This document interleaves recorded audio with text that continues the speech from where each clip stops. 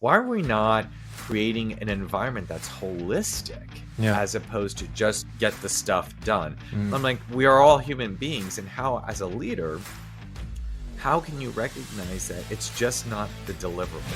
And with that, in that dark place with suicide ideation, it was a hot moment that it just came in like a Mack truck, and I'm like, what is this? And I'm like, holy crap! I never even knew. I was just like, burnout doesn't happen to me; it happens to other people. Yeah. But I just didn't know what the signs were. And that's what I'm finding also in talking with some CEOs, that there's a generational gap as far as understanding and awareness of mental health in the current company and those that are entering the What company. means leadership for you? What is an ideal leader? Oh, gosh.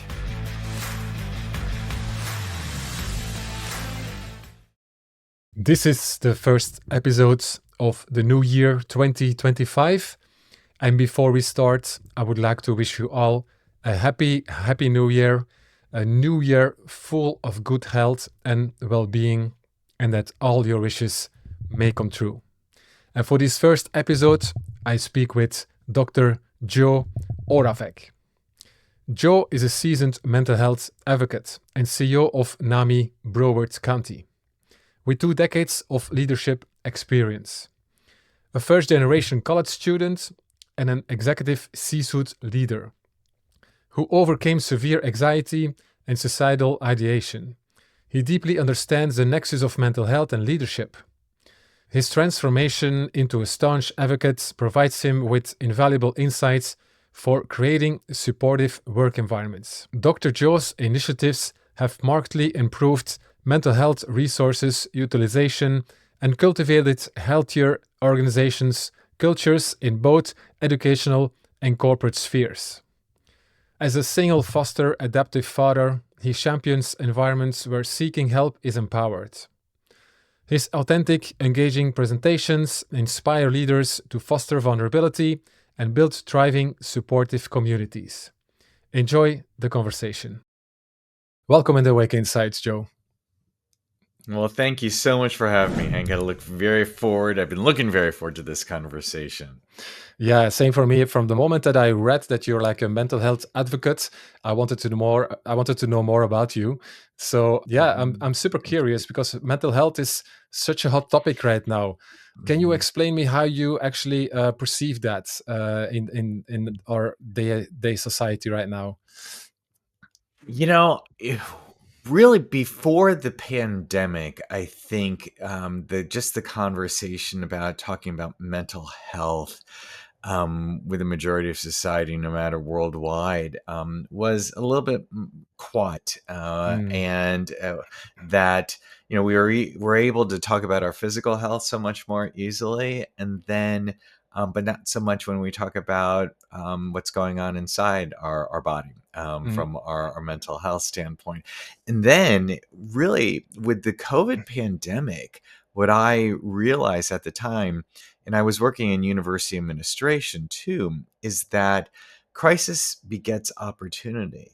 So, Yeah. what I mean by that is that with the pandemic, we realized that that isolation, that loss of sense of belonging, that insulation that was happening across all of our lives and around the world, that it was going to wreak havoc on so many different things, not only with our health, our physical health, but also just having that sense of belonging. So that's where I realized, in my own experience working with university students and a variety of other companies, that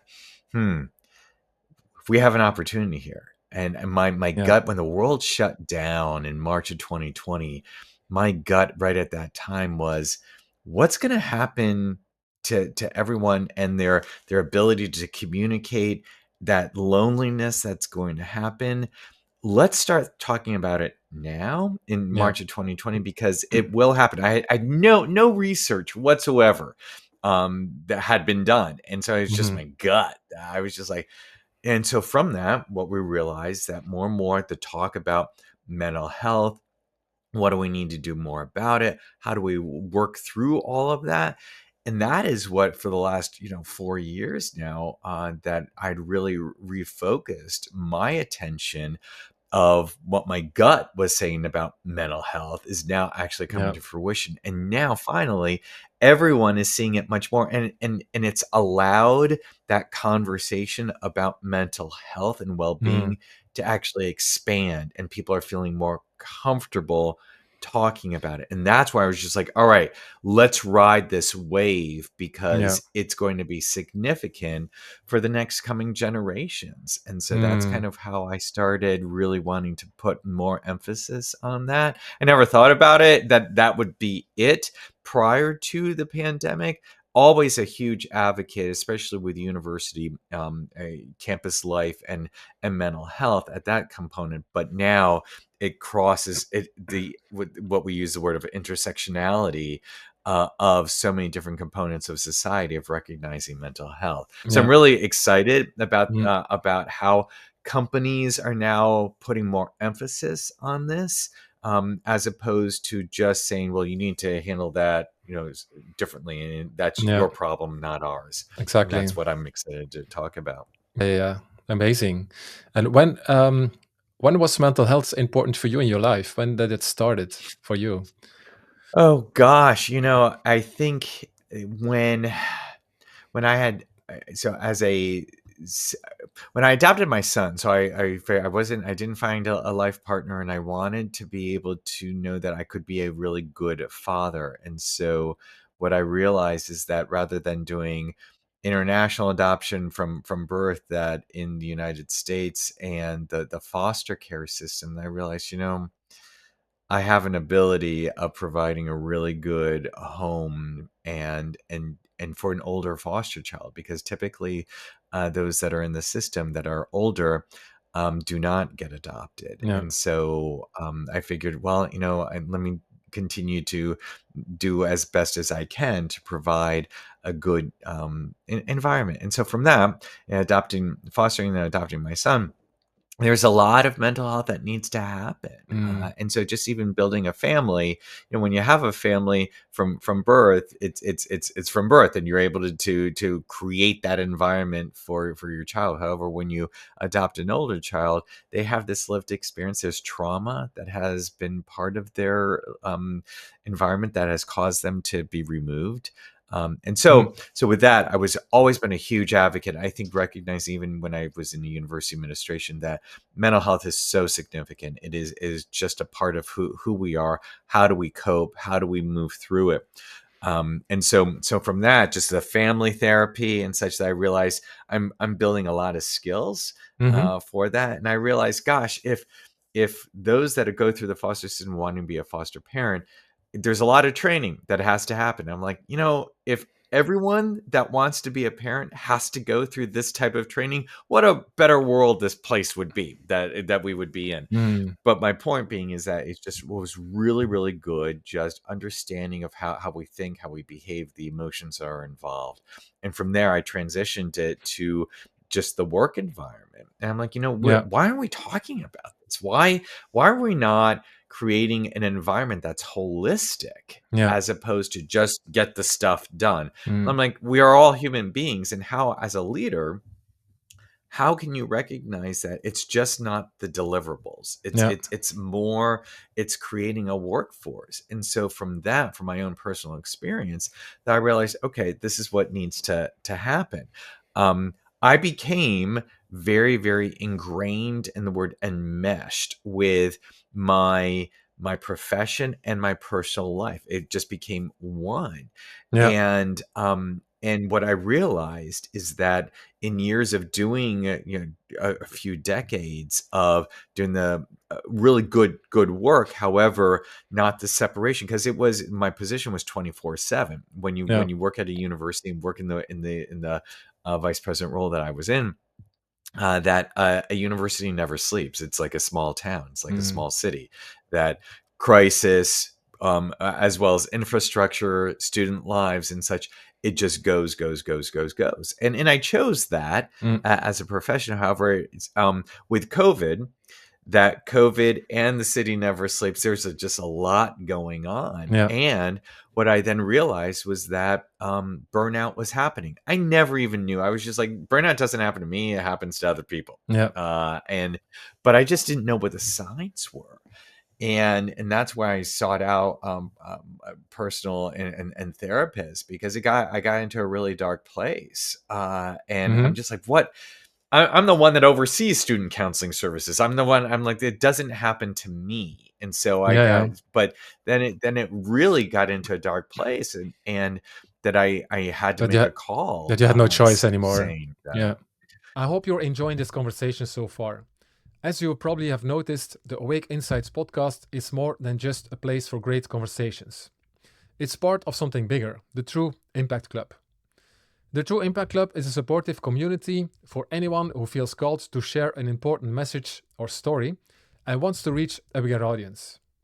Whether you're looking to step onto stages, get featured on podcasts, or simply amplify your voice, the True Impact Club is here to help. They don't only support you in preparing for these opportunities, but also ensure you have a seamless follow-up system in place. That way, when people are inspired by your message, you can connect with them, build meaningful relationships, and even turn those connections into clients.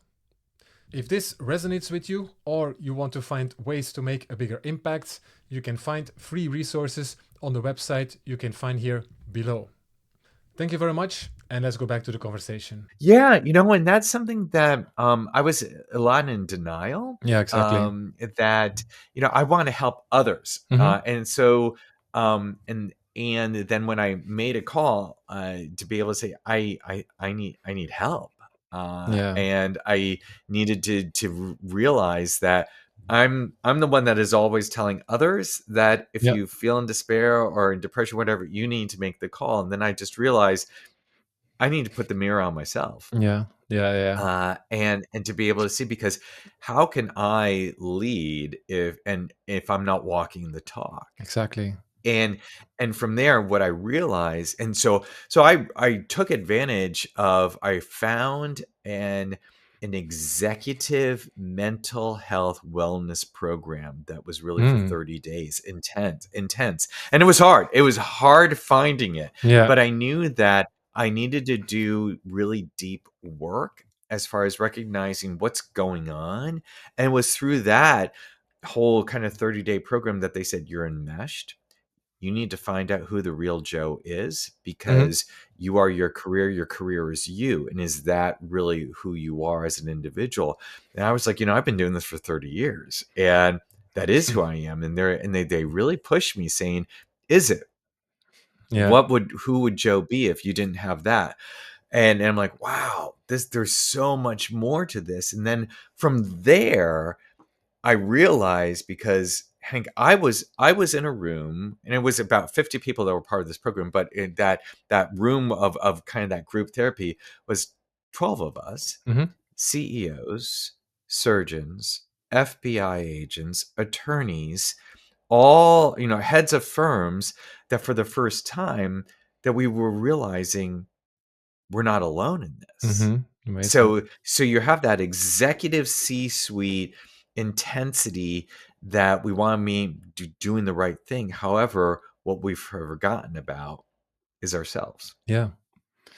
We hear that And often. and we've gotten to this place.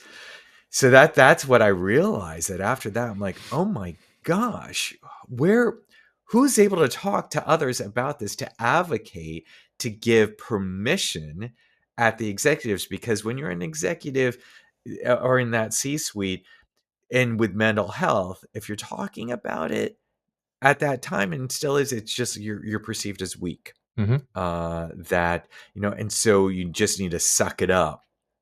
And that's kind of where the time is right now, Yeah. with the COVID, with the light shining on mental health, that the workforce is looking to the leaders of the company, of the organization, Yeah. for permission to talk about mental health. Mm. And if we don't do that as leaders, the bottom line of the company, the outcomes is not going to be ultimately where you want it to be, because you need to look at it holistically. Yeah. So that's, as I came out of that, and I'm still doing the work. I'm still seeing the therapist every other week, going to group counseling as well, because it's just that reinforcement. And it's with executives, the group is, and so it's just really good that I found that. And that's what I wanted to be able to create through my own company, to be able to say, we need to give space. and and Mm-hmm. and how can I make that awareness? Because as I'm now having just one-on-one conversations with executives, and it has to be one-on-one, Mm. because I know, because they said, Dr. Joe, you're creating the safe space for me to share this. I'm like, go for it, because I've gone through it myself. Yeah. And they're like, it's really, really hard. And I'm Mm. like, I know, because even if you have a partner, that they want to help you, but they're not living it to the extent that you are. You need to be able to be among like-minded individuals, to be able to be in a safe space, confidential, and to be able to work it through, because talking it out is Yeah. so important. And Totally. that's what I'm excited to be able to have that conversations more and more. Yeah. Yeah. Awesome. So the program you talked about is 30 days. I can imagine that what you had Mhm. out of that program is a lot of discovery, a lot of Yeah. realizations about yourself. And Hmm. but then afterwards starts the real work, right? Was that for Yeah. you as well? Yeah. And can you explain a little bit Yeah. what Yes. what that work entailed actually, what that really was? Because you talk about It. conversations, but I can Mhm. imagine there is more than only conversation. It was absolutely more or less of identifying, what has been my routine that had led me to that dark place. And really, what I mean, it's that enmeshment. That is, that what you want to continue in the next 10 years, the Mm. next 20 years? Is that the life? Is that the Yeah. pace? And are you living to work, or are you working to live? And there's just, and I think, just with that A-type personality, that just entrepreneurs, whatever, are just like, no, we gotta drive. Yes, yes. And Hmm. uh what is that additional piece? Because you can floor it at 80 miles an hour, but you can't continue that pace. Your body, and I'm a pretty healthy individual as well, Hmm. from working out and eating healthy and such. But that's what it took me time to really break it down. And this is where I always didn't allow myself time to do that, because Mm. I'm always busy, that I don't have time to. And that, coming out of the 30 days, it was just like, when I re-entered, because I told my team that I'm taking a wellness leave. Mm. I didn't take a personal leave of absence. That is one thing that I was very, very specific about, because when someone says, well, I'm taking a personal leave of absence, sometimes that gives a signal that I'm not coming back. Yeah. When and I want to be very intentional, that I realize that if I phrase it in an authentic way, that I'm taking a wellness leave, my hope is that when I do come back, people will realize, if he took a wellness leave, then I can do the same. So I Mm. wanted to lead with that, which had never been done before, just coining it as such. But I really wanted to lean in with that. And so when I was able to come back, I came back not full time, but I slowly re-entered. And that was really through the executive wellness program, that they said, you can't go immediately back. It Yeah. is more or Yeah. less that, if you've had an injury, if you've had surgery, you don't go immediately Mm. back. You need to treat it the same way. Yeah. And I initially, I thought, all right, well, maybe I'll just go in. I'll work at home full time, but I'll just go in just for a little bit. And I tried that for the first 2 days. I'm just like, I am exhausted. And I was like, all right, heed the advice of the experts, peel it back a little bit, and do your work that you need to be able to do. And that is really of understanding, don't go back to the same routine. and Yeah. and when you're enmeshed in your career and your personal life, it's just automatic that you're in your home environment, that it's just like, I'm back in my routine. Yeah. and that's where and you had more constant therapy, probably about 2 or 3 times a week until that kind of weaned off. Um, to be able to that accountability Mm-hmm. was needed for me because I was being asked, "What's your schedule like? What are you doing?" And to be true to yourself and to them, because they're just like, "You're going back to that routine. Yeah. And where is that gonna lead again?" And Mm. it's hard. It's really hard to detangle that whole routine that has made you successful, that you feel as Absolutely. though. However, what really got down to it and really raw in this executive program was, so if you go back to this routine, Joe, is it worth your life? Yeah. And because with that, in that dark place with suicide ideation, it was a hot moment, that it just came in like a Mack truck, and I'm like, what is this? Mm. And I'm like, holy crap, I've never experienced anything like this. Mm. And so that's where, what I realized, I was just like, yeah, so this pace, this enmeshment, is it worth my life? Is it worth my family? Is it? And so I realized, no.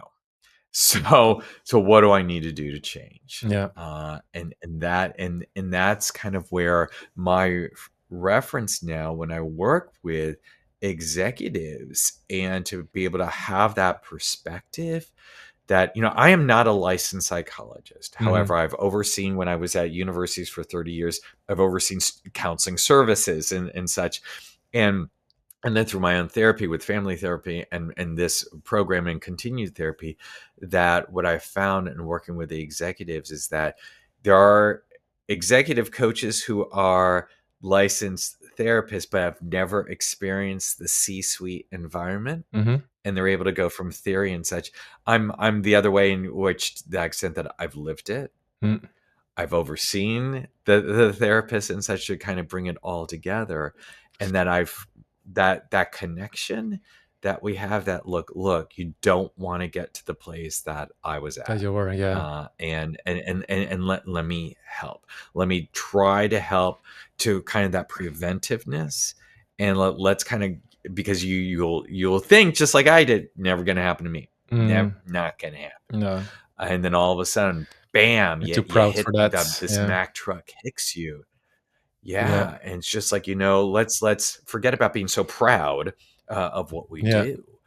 Yeah. And that's kind of where, it's going. And that's kind of where, in my conversations one-on-one, just with these networking events and such, that I'm on the side and having a amazing conversation with the CEO, and I Yeah. ask him or her, what are you doing for your own mental health? Just a quick note. I want to share something that might be valuable for those who are looking to grow their brand or their business. The True Impact Agency is a digital marketing team that supports you in building everything from marketing funnels, landing pages, to ad campaigns and custom websites. Their focus is equipping you with the right strategies and systems to elevate your business and presence. If that sounds interesting, visit True Impact Agency to learn more and book a free consultation call. It's a great opportunity to clarify your goals and take meaningful steps forward. And let's go back to the conversation. Mm-hmm. And the majority of the conversation is, I'm not, and I need to. And I'm like, all right, Yeah.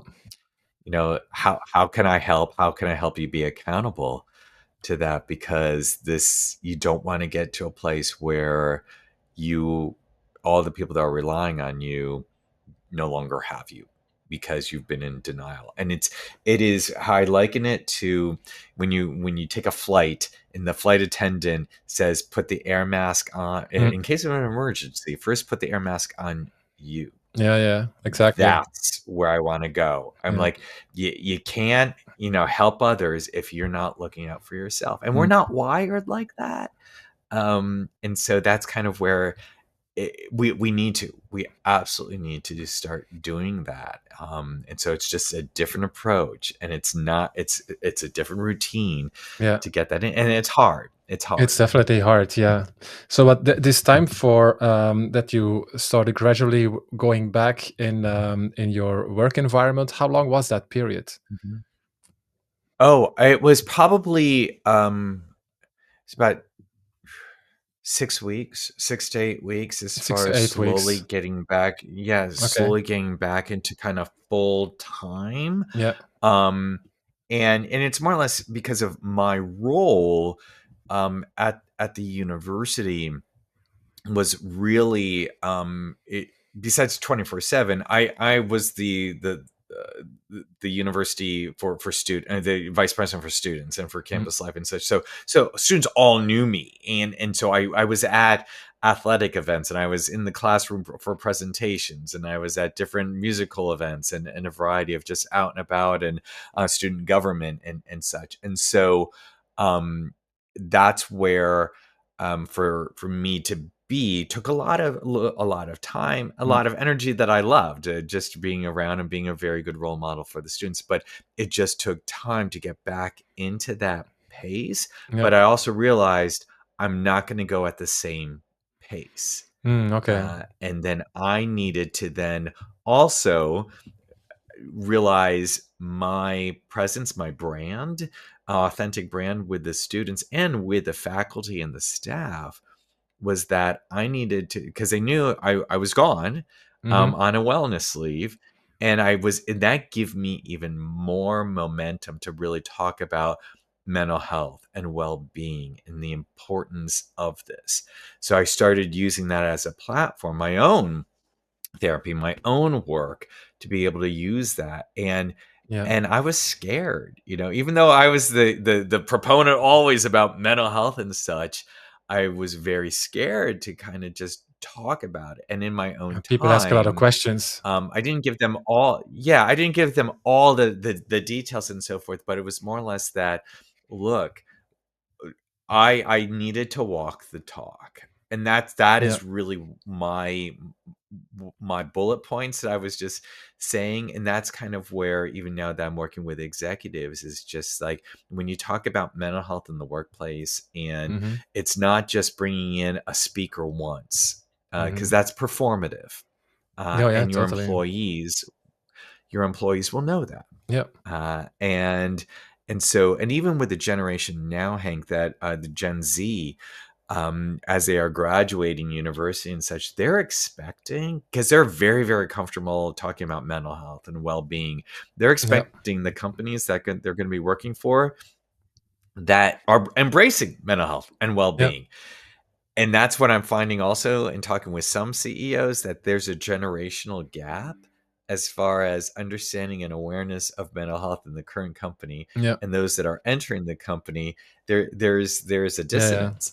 And I'm indicating to the CEOs or the hiring authorities, saying, what are you doing about mental health conversation? Because this generation, to whom I know that I've worked with for over 30 years, Yeah.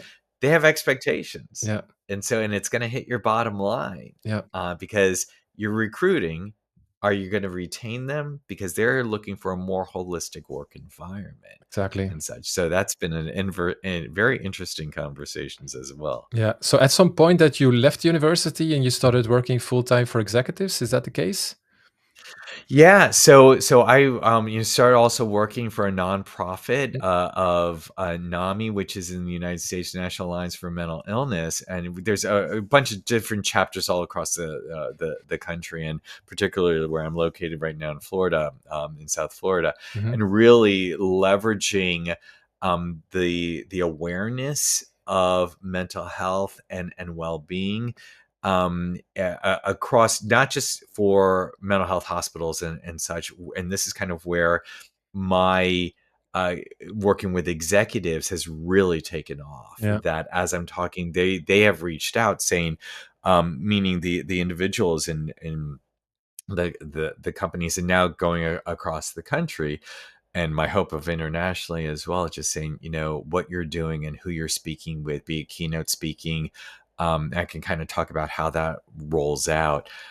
with trainings, and then the one-on-one. It's one-on-one, but it's also, which is really unique, and I'm pleased with this, it's group coaching as well. Yeah.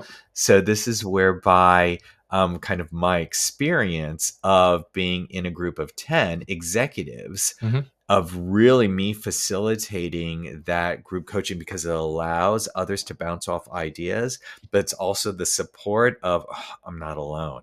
And Yeah. if I've got executives from all over the country, and eventually my hope of internationally, that it gives grace. It gives grace to people to just be able to look forward. Quite honestly, that I can't talk to anybody else in my company. I can't. So, and there's so much confidential information. I just want to talk to somebody else that is Hmm. doing something similar that I'm not competing against, Hmm. that allows me just to have this ability. And so that's really, from a mental health standpoint, to be able to then, because it's not only for your company, it's for your personal life too. Yeah. It's all at the intersection.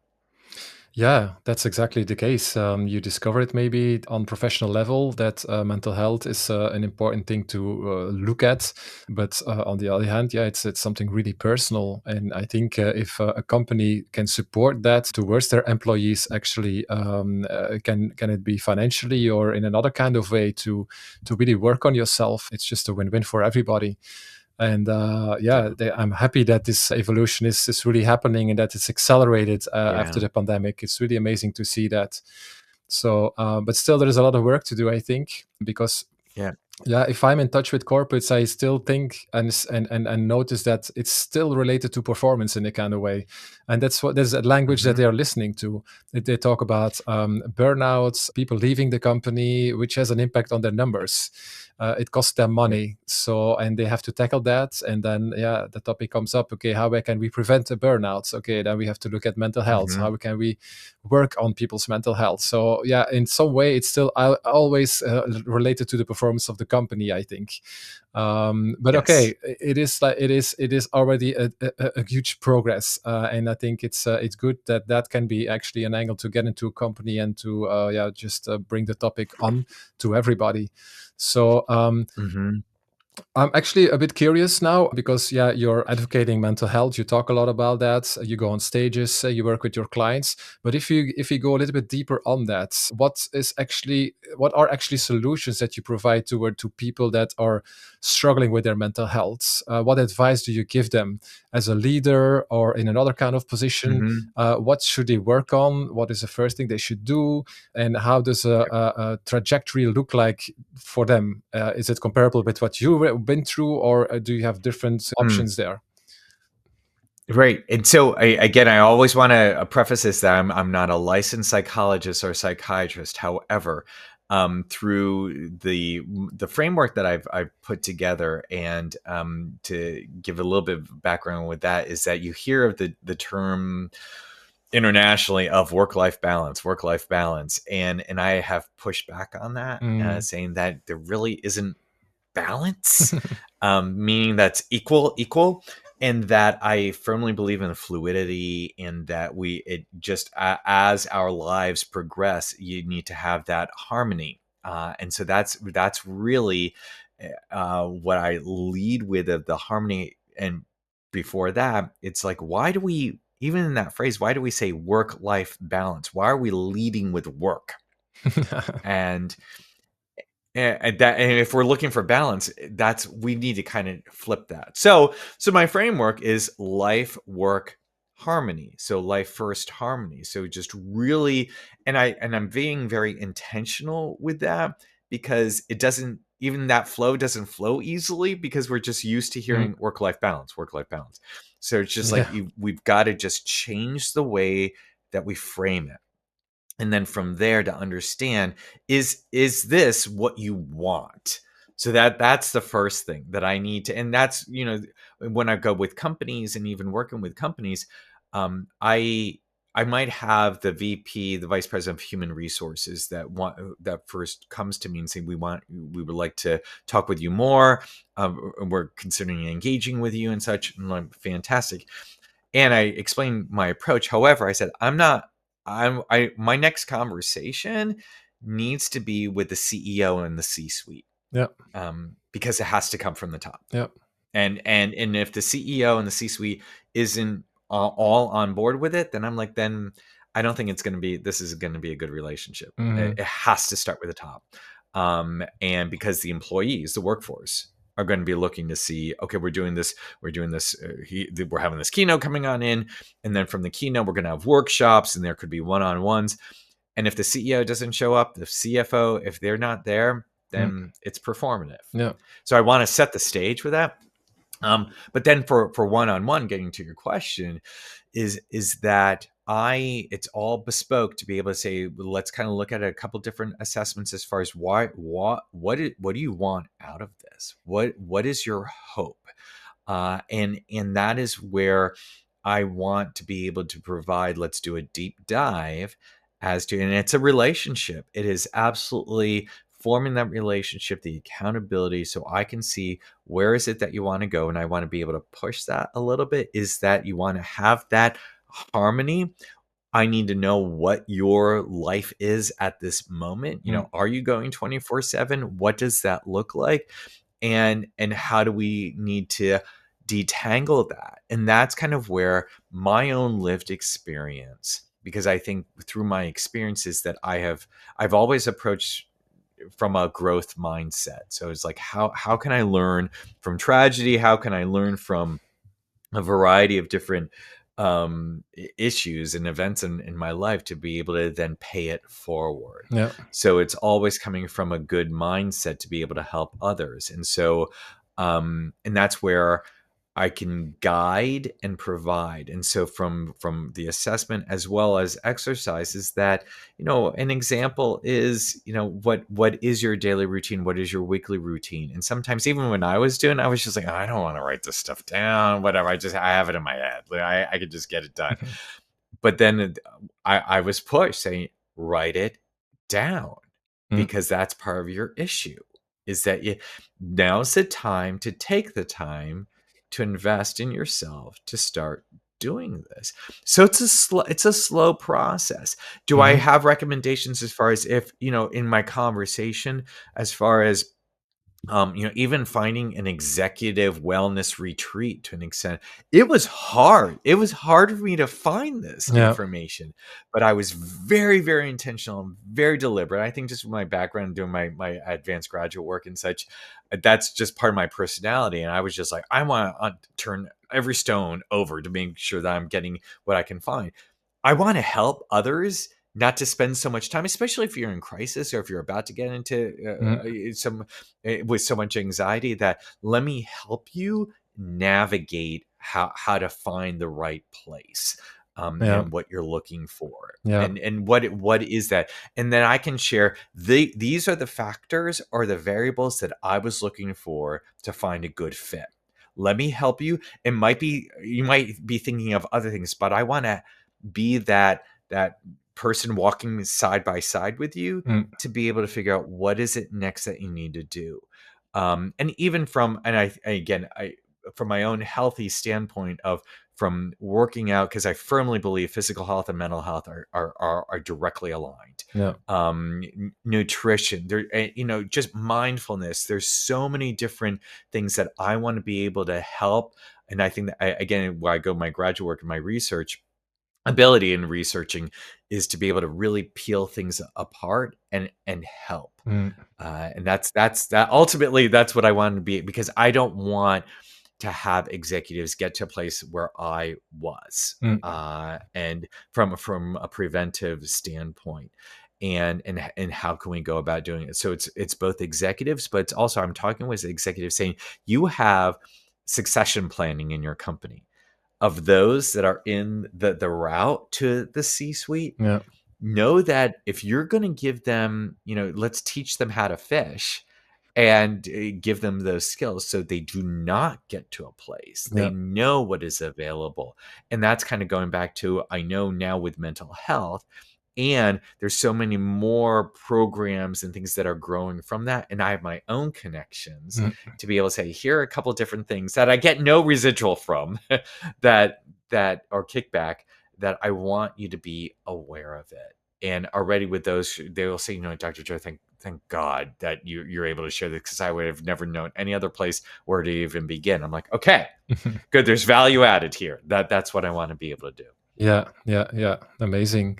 So for me, if you're explaining this, it's a lot about convincing CEOs or people on that level actually to start slowing down and just take a step back Mhm. or a few steps back and see, okay, what is really happening in my life? How do I feel about things in my life? How do I even can change certain things actually that I will feel better, and also maybe the people around me. But Yeah. at the same time, I think that's also very challenging to make these people take that step. So I'm very curious, how do you get in touch with them? Because I think that's already the big step, like getting in touch with them so they are interested in what you have to say. Mhm. That's already a first big step, Yes. right?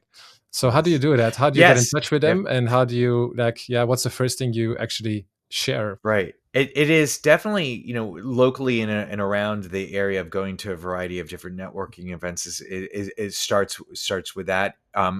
When and having the conversation as to uh, when m- they know my brand as far as mental health, and Mm. trying to be able to work through that, so they know already I'm a safe That person you're to just there. even start Exactly. a conversation. Yeah, And that you're that available. that that yes, exactly, because they're just, and I appreciate, because the feedback that I've gotten is that you're really easy to talk to, Yeah, and I'm like, good. That's what I hope for, yeah, and they start sharing as far as, God, I have a sister, I have a family member that has schizophrenia, or that they suicide, attempted suicide and such, and it's more or less that I get it. I understand. And this is really hard, as opposed to others that they don't even want to share it to, because people might think, oh my gosh, gosh, don't come talking to me about any of that.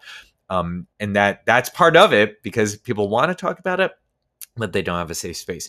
So that's kind of when I'm about out and about in any particular events. Like, I have an event actually this afternoon that I've been invited to, because yeah, of what I do, and there's others from finance and construction, a variety of other industries. And for me, I'm just like, well, I hope I'm able to help. I'm not going on in there selling kind of, this is what I do. It's just more or less I build it upon relationships, yeah, and that people recognize that there's value, there's confidentiality. So that's one component. Another is being on LinkedIn. Is that I've had, even in my own bio, and my Instagram and so forth, that people are able to read some of the work that I've done, and people are reaching out, and there's a few that I've reached out to, saying, how are you creating high impact teams with your company? mhm, I'm able to help with that, because that overall concept of helping create high impact teams, and with that initial conversation, it ultimately gets to, how are you as an individual leading your company? You're doing amazing work. There's a component that the workforce is looking to you for, and I'd like to know how you are addressing that, and how you're managing it. And then that's kind of when we start talking about that well-being for the workforce. And yeah, some say, we have a great well-being program in mental health, and such. Others just like, we need to do more work. And I'm like, all right, what do you mean by that? We're like, well, mm, we kind of just have our wellness Wednesdays, and you know and we have EAP and such for that. It's like, okay, do you think that's enough? They're like, well, I'm not exactly sure. I'm like, and so that's kind of the conversation that I start wanting to have, because eventually we talk about the company, but then it is, how are you as the leader of the organization showing your company and your employees that you value this? yeah, And that's when more of the conversation starts, is that we and the authentic leader just says, I have to do more. I'm like, all right, well, yeah, I can help with that. And let's kind of talk about what that would look like. And if you feel as though that this is a good fit, we can continue the conversation. But mm, it's not a one and done.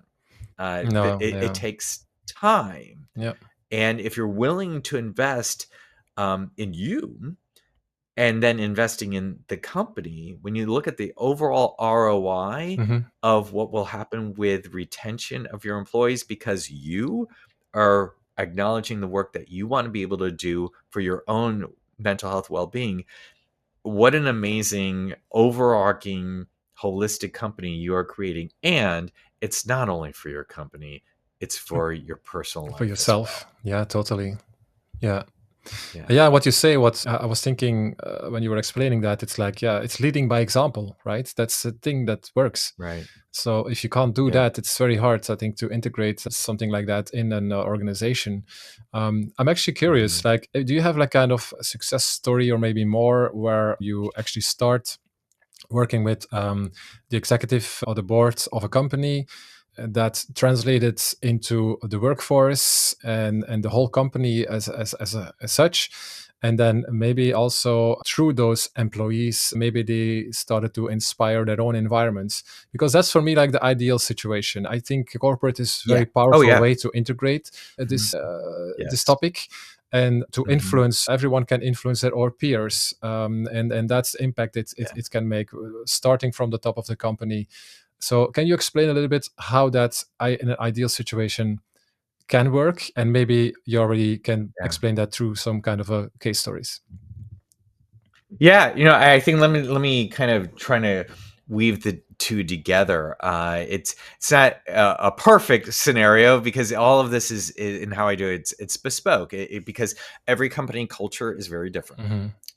And it's for me to be able to understand through the C-suite, through HR, through some assessments that I do, as far as to understand what that culture is, because I just don't want to come on in and here's my framework and this is what I do and so forth.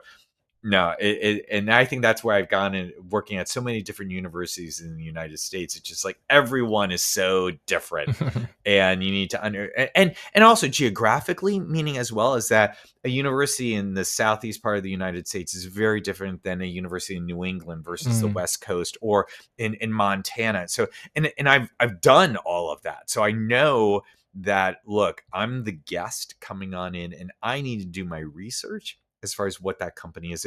What are the values? yeah. Why do people want to work for you? So kind of to be able to understand that. So an example is that I was asked to be a guest. I was an invited speaker at a human resource association, a regional resource, that they heard of what I do, and they said we want you to come on in. And so it was all human resource executives, and so Hmm. when I talked to them, I just talked about my presentation about a stigma-free workplace and what that can be in trainings and such. I didn't give them the actual presentation. I just said, here's the concept, the structure.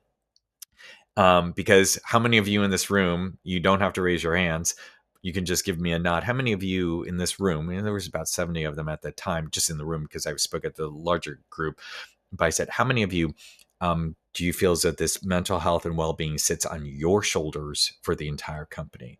And everyone in the room was shaking their head yes. I'm like, all right, that's BS. It shouldn't be just you. That needs to be the CEO, the entire C-suite, and Mm, everyone's nodding their head. I'm like, so I get it. However, I wouldn't say that immediately out of the gate. I'm here to help you.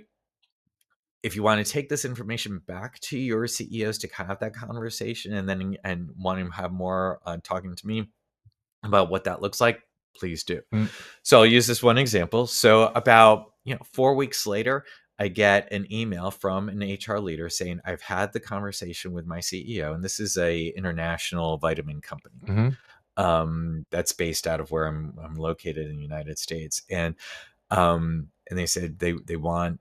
They're very interested and they're on board with it. So when can we start? And I was just like, awesome, thank you. Two is that I need to have a conversation with your CEO and your mm, CFO, because I'm not going to come on in and they're not going to be present. mhm, So that takes time because it's navigating calendars for everyone to be able to figure that on in. So about a month later, that I had a meeting with the CEO and the CFO saying this is what it looks like as far as what I need to come into with the C-suite Yeah. to have this presentation. And then from there, you all can decide, all right, do we go further? And is it for the entire company? Is it one particular area of the company to pilot? I'm big on piloting. And then we can kind of see where we go from there. So they said that's what we want to do. So we were able to do that. I went in with a C-suite presentation, and because that helps me right there to figure, okay, as I'm presenting about stigma-free workplace and what does it look like and how are they each handling it, I'm able to see right off the bat, either verbally or nonverbals, which of the C-suite are right on board, or what are, there might be one or two that are very, very skeptical. And so my energy will go to those that are on board, Yeah. to be able to then realize, okay, in my mind, I'm just like, this isn't going to be a full company initiative right away. I need, because I'm able to read the room pretty darn well, I wanted to be able to then see, okay, how might we, for me then to say, how might we go with one particular area of the company to be able to Mm-hmm. see where this might look like. So that's what we did with the IT. The chief information officer was really into it, and I'm like, fantastic. Might we set up another meeting or a workshop Mm. with your tech? And do you want to do this virtually, or do you want to do it in person? I prefer in person. It's like, can we do hybrid? Because I'm like, sure. Right? Because I don't want to be resistant, because I've been part of workshops and presentations where the facilitator or the consultant is just like, no, this is what we need to do in order to get the results that we need. Yeah. And when I've been part of that, I've realized you're not really adapting to the company culture. Mm-hmm. So that's on me to be able to understand what that is.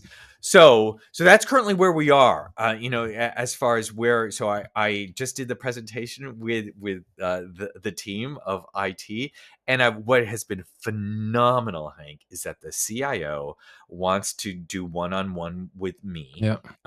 And he has a succession plan to be able to say, and I'm almost there, wanting to have my number two Mm. also work with you as well.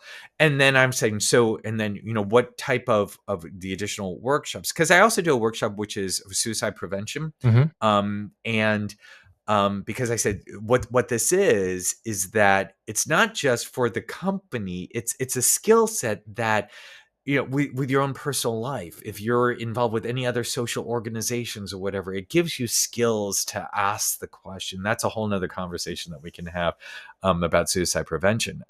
So these are certain things that now it's the ability of how I relate, and forming that relationship, because at the end of the day, it's all about relationships. It's Mm. about that comfortability, because I've been, again, and what I've learned in my own experience and career is that there's so many consultants that just don't get it, Mm. that don't understand how you need to adapt to the culture, Yeah. how you need to adapt, as opposed to coming on in, this is the way that I do it and such. And I'm like, Yeah. oof, Always that's the part same of mental, format. that's part of mental health right there. Yeah. Yeah, exactly. Yeah.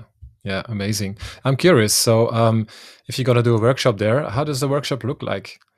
What can people expect Yep. from it?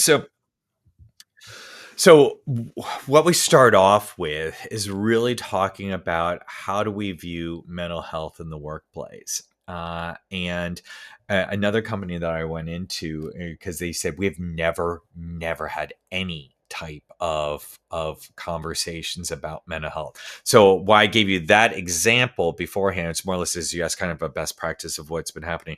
This one is that they said we've never done anything. I'm like, well, good for you, number one, for acknowledging that. Number two is that, all right, so I have some slides and some language that I use, because I really use a couple different research studies that have just been published within the last 2 years about mental health in the workplace, that I've taken. And it's a United States based research that NAMI did, and phenomenal, over 2,000 employees, over 200 companies across different variety of sectors. And so with that, realized, okay, let's normalize the language. And so I gave my presentation first to the HR. And my approach too is that I just don't come on in and do a presentation. I give the slides, I walk through it with the whoever is bringing me in to be able to say, am I hitting it? And am I completely missing the mark? What and I gave them the information. They said that that's too much. And so I'm like, all right, let me pull it back. They're like, that's gonna be too intense. And I'm like, all right, Mhm. that's fine. Let me pull it back. Let me tweak it a little bit more so it's a little bit light, LITE, from my perspective. But if it's a beginning, and then I gave it back to them, they're like, that's just it. So it's really talking about well-being. What does that mean in the workforce? I am able to also, and again, remember, I'm not going on in until I get the sign off from the CEO, the CFO, Mhm. because that's part how I lead. That I'm saying, I've already had a conversation, even with the workshop with the C-suite. That then actually the anxiety in the room with people starts to go down, just the nonverbals, because they realize, oh, okay, maybe they are meaning business now. Yeah. Maybe they are taking this seriously. So that is so important right at the very beginning to have that. That's where it's just like, if I feel as though it's not going to be a good fit because I have expectations of the C-suite, then I'm not even going to do it. Mm. So coming on in presentation, it's then talking about how have we gotten to a place where we are that mental health is being considered. So I want to always sandwich it of, let's talk about the good things. Let's talk about what the crisis that's going on with mental health. And let's lift up now the company is really looking forward to seeing what more can we do. um and really talking about language in the workplace for it, because it is, and society has talked about, oh, well, you're just being crazy, or the weather is bipolar, and there's just language that you don't know if, when you say that Joe that's at the lunch counter with you, that his son was just had attempted suicide over the weekend. Mm. You don't so any of this, that, or if you're a leader of the organization and you have an employee that has been silent because a family member diagnosed with bipolar 3 weeks ago, you don't know that. Mm, And no. if you say certain things, that you're further pushing that down, and people are not feeling as though, gosh, I'm not going to say anything if Mm. he's saying that. And it's not as though that's political correctness or whatever. It's just like, gosh, I have to be sensitive to what I say now. Well, it's just more or less that you have to be sensitive, because Mm. you as a leader need to realize, or even a colleague, that language that is used can be polarizing, and Mhm. especially with mental health, that we want to talk more about it. So it's awareness building. So we really talk about that, and what Mm. does that look like, and we kind of role play as well. And then the action steps of the workshop is really, what does it look like here in company A, in company Alpha, or this particular department? What are some action steps that we can take, that we're going to normalize this, we're going to actually really embrace? Mm. Because I say, an example of a CEO that I've worked with, or that he's actually putting his appointment with his therapist on his calendar, and Mm. it isn't private appointment. He's actually saying, I know, I'm making a statement. I'm putting it on there that I'm having my therapist appointment so other people can see that. And I'm like, good for you. That takes a lot to be able to do, but it sends an incredible message. Mhm. But that took him a long time to get there. Yeah. It's not going to be right out. So these are just suggestions, and I want to give real world examples Mhm. as far as for people to consider what that looks like. But it's always, what's the action steps? What are we going to do? And how can I hold people accountable? So it's just, and it's also not a one and done. So I hope that provides a little bit more of a structure and Mhm. awareness Mhm. of what I do. Mhm. Yeah, totally. Yeah. What I'm curious about, because you share a lot about informative speech, like talking about it, making people aware about it, things that they can do about it. But what about the real tools? Is that something that you teach people in companies as well? I think about, you mentioned already word mindfulness, um, Hmm. maybe Hmm. meditation. Yeah. I'm Yeah. I'm sure you're familiar also with breathwork exercises. Oh, oh, Um, yes. And I do it. yeah. Yes. So, and Yep. other Absolutely. actionable exercises to connect with each other on a deeper level. Are these Hmm. things that you also integrate in companies, and how do you do that? Yes. Thank you for that question too, because yes, I even for the breath work, I'm an experiential person and facilitator, so I actually walk through a couple different exercises that I do that I know that have helped me, depending upon if I'm feeling anxiety, if it's just something that I just do every morning. I provide those resources, also a variety of different type of books that I religiously use all the time. Be it the meditations, those takeaways, and also there's a variety of recommended apps that I have found that have benefited myself. And then when I share it with others, I ask their feedback on it. And again, I get no residual or kickback from any of this. Mm, And to be able to say, is it working? And because these are certain things that be also, yoga, a variety of different types of practices. And what I try to do also, if I'm coming on in locally, that I ask the HR office to help me prepare a list of resources, mhm, because this is the you don't know what you don't know. And so it's reinforcement. What I always want to do is reinforce what the company is already providing, mhm. that generally the majority of employees get all the information from HR or whatever right when they onboard, and then never look at it again until they're in crisis. Yeah. Uh, and that's kind of where I want to be able to reinforce all the amazing resources. And I will easily, because I think just because of my nature to research the company, the area, and all of that, to be able to say, okay, let's kind of see what else is in the area. Let me create a handout, or at least a one sheet, to be able to show, here's some things that you want to think about. And since I've been part of universities all my life and my career, if I'm able to see that there's a university in the area, I start connecting with that particular university, because more often than not, companies do not realize the value of the resources that are at universities. Mm, And I know how to navigate universities no matter where they are in the country, to be able to say, this is the person you need to connect with. Here's their research. And someone was saying, how do you even know this? I'm like, well, it's just I'm utilizing my past experience, and this is how you can leverage that. So it's my approach to be able to say, to know that, um here are the action steps, here are the takeaways. I'm always firm, even when I go to my own professional conferences, when I'm sitting in a session and I feel as though, if I don't get any takeaways here that mhm, I can immediately implement, it's a waste of my time. yeah. So that's the lens and the approach that I bring when I work with companies. I'm like, it's valuable. You're investing in me and you and your employees and such. And here are certain things that I expect that I need to provide to you all Mhm. for action steps and takeaways. Yeah. Yeah. Do you work with these companies on in the long term? Like, what kind of agreements do you have? Is that y- Yeah. 6 months? Is that a year? Yes. Yeah. Yes, 6 months, a year, and 18 months. Mm, okay. And that is where, and it's constant assessment. Let's check in. Let's see, because it's I've found in other consultants that I have engaged in my previous life that, um occasionally, every 4 months they check in. Hey, how are things going? And I'm like, this is.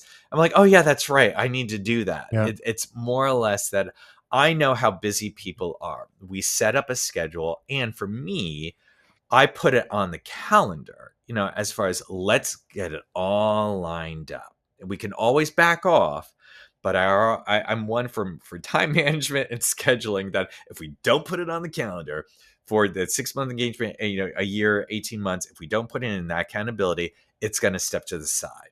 Yeah. And I've just found it. I am very anal in that planning process, as well. And I found everyone's extremely appreciative. They're like, Dr. Joe, thanks so much for putting this on. I'm like, I get it. Yeah. I get it. Yeah. Yeah, amazing. And then also, I'm wondering if you work with other people, like facilitators, for example, that bring certain workshops maybe in the company, or do you do everything by yourself? Yeah, I do right now. I For me, you get me, because I want to make sure that I'm comfortable, that we build that relationship. absolutely have associates that I am able to contract with because of my network, depending upon if it's an expertise that I've identified Hmm. through my assessment as far as I need an expert on this particular topic or initiative. My network is vast and great that I'm able to pull somebody on in saying, hey, Dan or Allison, I need your help Hmm. on this. Yeah. And just again, it's all about relationships. They're like, yeah, just tell me where and when, and which is really good. And so that's kind of where I value my work at the university because that has given me a skill set that again is very wide and very deep on so many different components and issues Mm. that has been very beneficial. Yeah, I think it could be interesting to work and partner with other people that are more Hmm. facilitating a lot of Yep. yeah, practices within companies, and you as the Right. advocates, the mental health advocates, that maybe can create more space actually to share Yes. and bring the awareness on in different companies and other audiences. So in that way, Yeah. there's maybe a potential to make even more impact, right? So you have people that are doing the Yes. facilitation, and then you are actually Right. bringing the awareness. So yeah, I Yep. And that has happened the reverse side as well, is that there's mm, been other, consultants that say, "Hey, can you come on in and do this particular workshop and such?" And like, "Yes, of mm, course." yeah, yeah. And to be able to do that. So, yeah, it's a really wonderful environment that we help each other. Yeah, totally, totally. Yeah, yeah. I'm thinking about that too. Actually, what would be an ideal way to integrate that into corporations? And with the knowledge that I have from different modalities, different practices from my own healing journey, yeah, I really see a lot of There you go. potential within companies, and just to yeah have a plan where it involves like different workshops that people can follow, not Right. obligated, but just yeah, give it to them, being open to that. Maybe organize a retreat once or twice a year for a company, so they bring the team Yep. outside of the offices and go somewhere else. Yes. Yes. So just a few examples, but I think having a plan like that, I think that would be very powerful for companies, for the team spirit, for connecting better, connecting with yourself better, for your mental health, your work environment, Yes. everything. So there's definitely Right. a lot of potential, but I think it needs more advocacy, and people need to be more aware of it. But yeah, we're going into the right direction for sure. Yeah. So, Yeah, yeah, definitely. maybe That's maybe one fantastic. question I was thinking about the whole time is you mentioned it a few times. We talk about leaders, we talk about leadership. Can you say what is what means leadership for you? What is an ideal leader? Oh gosh.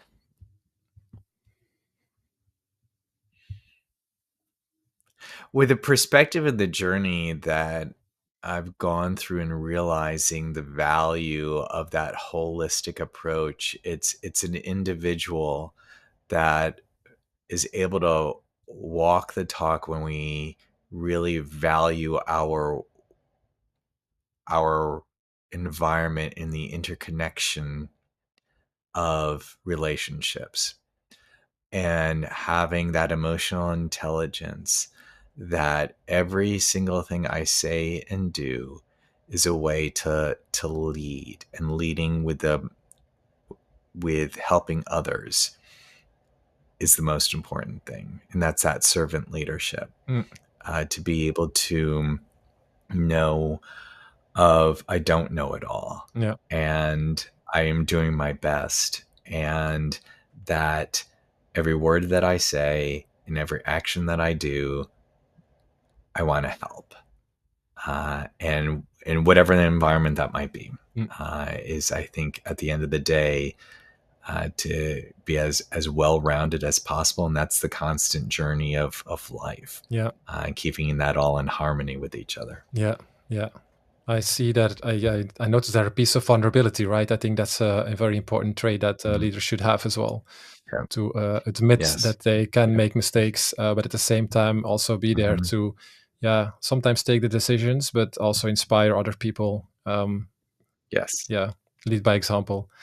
Yeah, yeah, Exactly. yeah, exactly, exactly. Yeah, amazing. Something I ask most of the times when we are ending the episode is, do you feel that there is some topic or things that we haven't talked about that you find important to share, or just a general Gosh, message? nice. So this has been great. I hope this has provided you enough information too, Hank, Totally. and the listeners too. I I think it's more or less of wrapping it up of the takeaway of there's great work that we each need to do within ourselves. Hmm. And to acknowledge that, and as you just said too, that we're never perfect, and I don't think you want to strive for perfection, because I think that starts a very, very negative downhill path. Mm, But it's more or less as to how am I recognizing through whatever spirituality that you might have, um, that you've been given a gift, mm, and how are you really, really tapping into that? And sometimes there's going to be some barriers that you need to break through to be able to do that, mm, because our world will not be a better place if you're not there to be able to advance it. and mm. and that's what I really think, that with that mindset is really important, and through mental health and spiritual health and financial health and physical, there's so many different of this holistic approach, Yeah, that it takes time to really unpack. And that's where I hope that people are recognizing that as leaders, um, we have a responsibility of mm, holistically leading. yeah, definitely. Do you think that the definition of leadership is changed over the years? I think it's changed for those that recognize that it needs to change.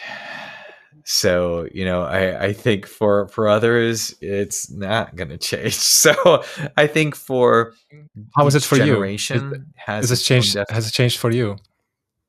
Absolutely, absolutely. Mm, It's kind of as life.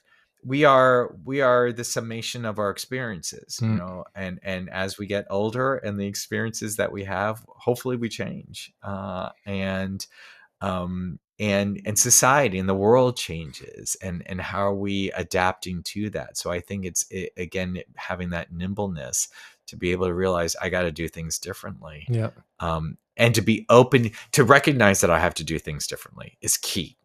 So exactly. that's again that emotional intelligence, as opposed to there's nothing wrong with me. Everybody Mm, else is wrong. So and we have leaders like that. So that's the other piece. You're like, oh, you're not going to be too successful here.